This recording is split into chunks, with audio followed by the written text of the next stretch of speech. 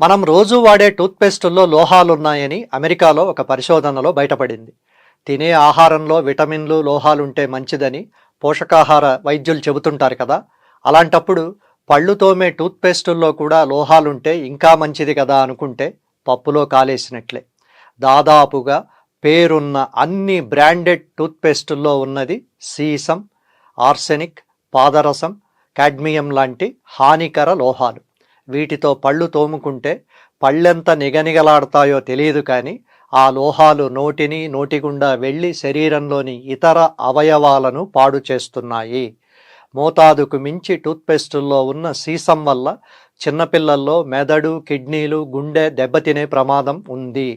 సీసంతో పాటు arsenic, cadmium, భార లోహాల వల్ల పెద్దవారిలో గొంతు నొప్పి, వాంతి అవుతున్నట్లు అనిపించడం, గొంతులో గరగర, గొంతు తడారిపోవడం లాంటి లక్షణాలు ఎక్కువ అవుతున్నాయి.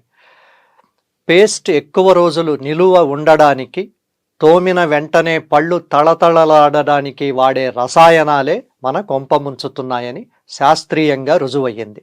అందుకే హాయిగా ఇది వరకు వేపపుల్ల, పొట్టు కాల్చిన బూడిద, బొగ్గుతో పళ్ళు తోమేవారు. ఇప్పుడంతా నాజూకు, రంగు ముఖ్యం.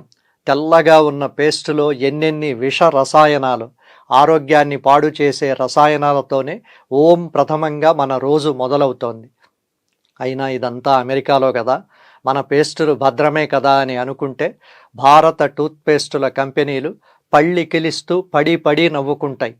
మన దగ్గర పేస్టుల్లో కూడా అవే రసాయనాలు. అమెరికాలో ఆహార ఆరోగ్య భద్రతా ప్రమాణాలు పాటిస్తేనే అలా అఘోరించింది. మన దగ్గర ఆ ప్రమాణాలు కాగితాలకే పరిమితం. ఆ లెక్కన మన టూత్పేస్టుల్లో ఏ రసాయనాలున్నాయో ఆవిష్కరించగలిగితే కేంద్ర ఎరువులు, రసాయనాల శాఖ నౌకల రసాయనాలను దిగుమతి చేసుకునే శ్రమ తగ్గుతుంది.